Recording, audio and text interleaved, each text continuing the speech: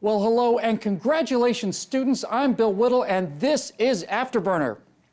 Well, after much hard work, or, well, maybe not all that much hard work, you finally made it out of academia and stand at the precipice of the real world. And I've been asked to tell you a little bit about what lies over the edge of that cliff that you're about to step off of. And when I'm done, no doubt most of you will turn right around and start your postgraduate careers. First of all, you're about to launch into a very dangerous world. Unlike me, you're all children of 9/11, and while I was fully an adult when I watched the events of that terrible morning, you were not. It hit me very hard. It must have hit you even harder. You were just kids after all. So the first thing you need to understand about the world beyond the campus you are leaving is this: people are infinitely malleable. They are, in fact, as programmable as computers, and once that programming has been established, it's virtually impossible to change it in any meaningful way.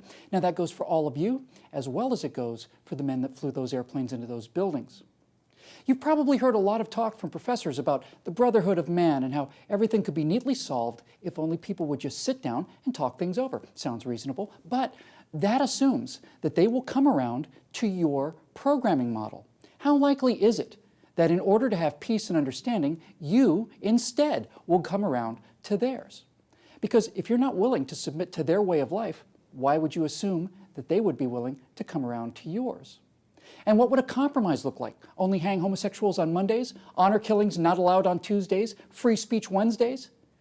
You are extremely, almost unimaginably lucky.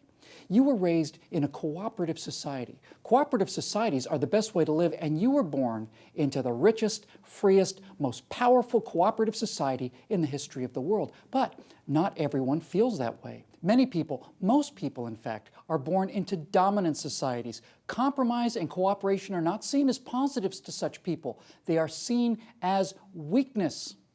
And when you offer what you see as tokens of friendship and trust in terms of more cooperation and concessions, most people in the world, in raw numbers, believe it or not, do not like you better for it. They despise you for it. They see it as weakness, and therefore all of the things that you have, all of the wealth and security, appear unearned to them. So they will provoke you. And the more you respond to these provocations with compromise and diplomacy, the weaker they will perceive you to be, and the more willing they will be to raise the level of attacks. You don't have to take my word for this. Google Osama bin Laden and Strong Horse, and you'll see how they feel in their own words.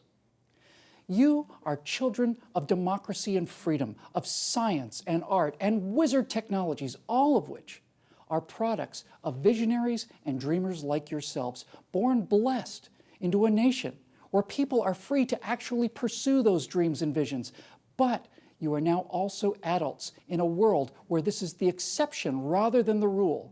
And if you do not learn the lesson I just presented to you now, then you will spend the rest of your lives paying for that by having that lesson brought home to you again and again and again until you do learn it.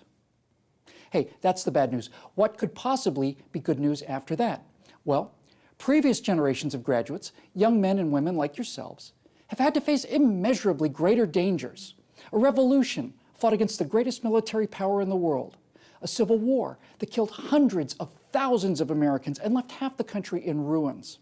A worldwide depression where you might walk off of these bleachers at the end of this ceremony and start searching in garbage cans for something to eat.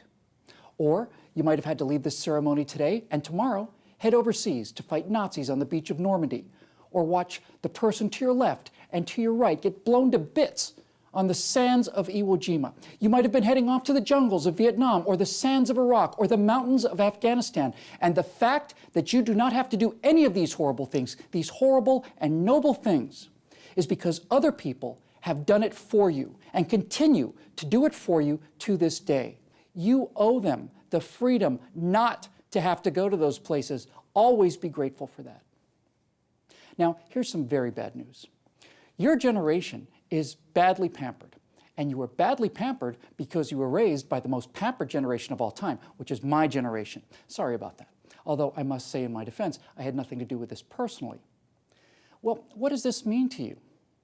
All your lives, you've been told that you're special, wonderfully gifted, uniquely artistic, able to do anything you want in the whole wide world. Now, at this point, I think the most sensitive of you need to walk out of the bleachers and back to the admissions office to start your postgraduate degrees in fill-in-the-blank studies. Meanwhile, for the rest of you, here's the news flash. Your parents lied to you. Now, they had your best interest at heart, so don't be too hard on them when the reality of what I am saying sinks in, but they did.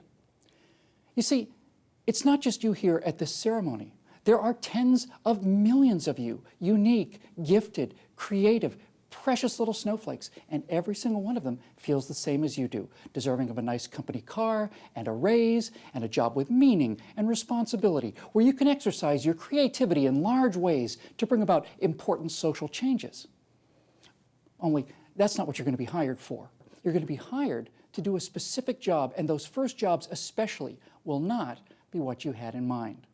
You won't get promotions just because you show up for work. That's what you get the paycheck for. And in the beginning, people will not be asking you for your creative input, because the coldest, hardest lesson I have for you today is that as of this moment, you don't really know anything. You are only now, presumably, prepared to start learning things. So if everything your parents taught you about yourself was a good-natured lie, then how do you get ahead out there?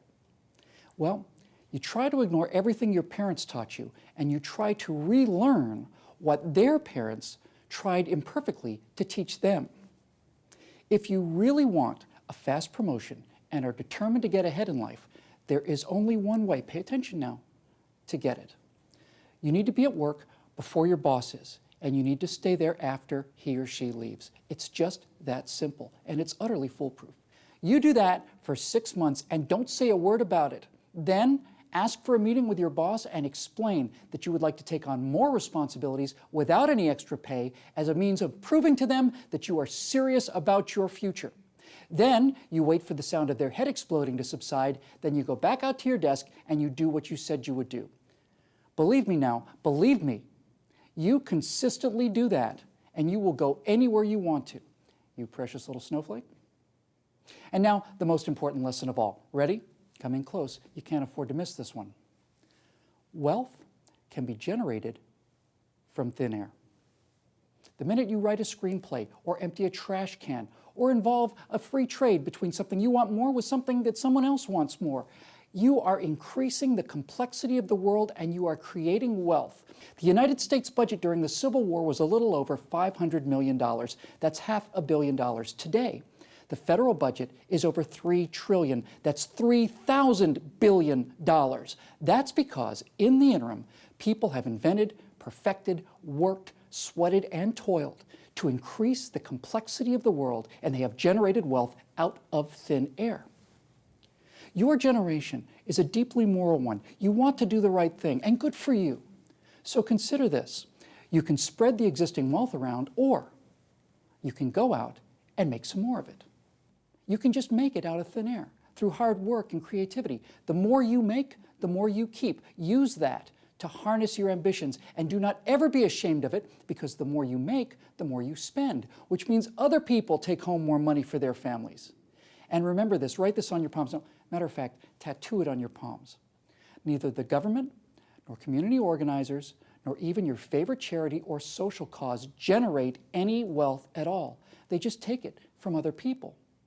You've been in favor of this so far because you expected to be doing the taking, but you will soon learn what having it taken from you instead feels like, and you will begin to find out that this brings a new perspective to things. You want to do good in the world? Don't spread the wealth. Go out and make new wealth. Every successful business in the world was not started to make money, but rather to fill a need in the area that a person loved. All of the great companies started this way. The power of the creativity and desire of the people who have gone before you have fed and lit the world. Don't let anyone tell you that you will do less than that. On the contrary, you have tools and talents undreamed of by even people like me when I was your age 100 years ago. The world is not going to burn and cities are not going to drown, even if what the most hysterical experts are saying is true, and you will soon learn that it never is. You will find a way to stop it.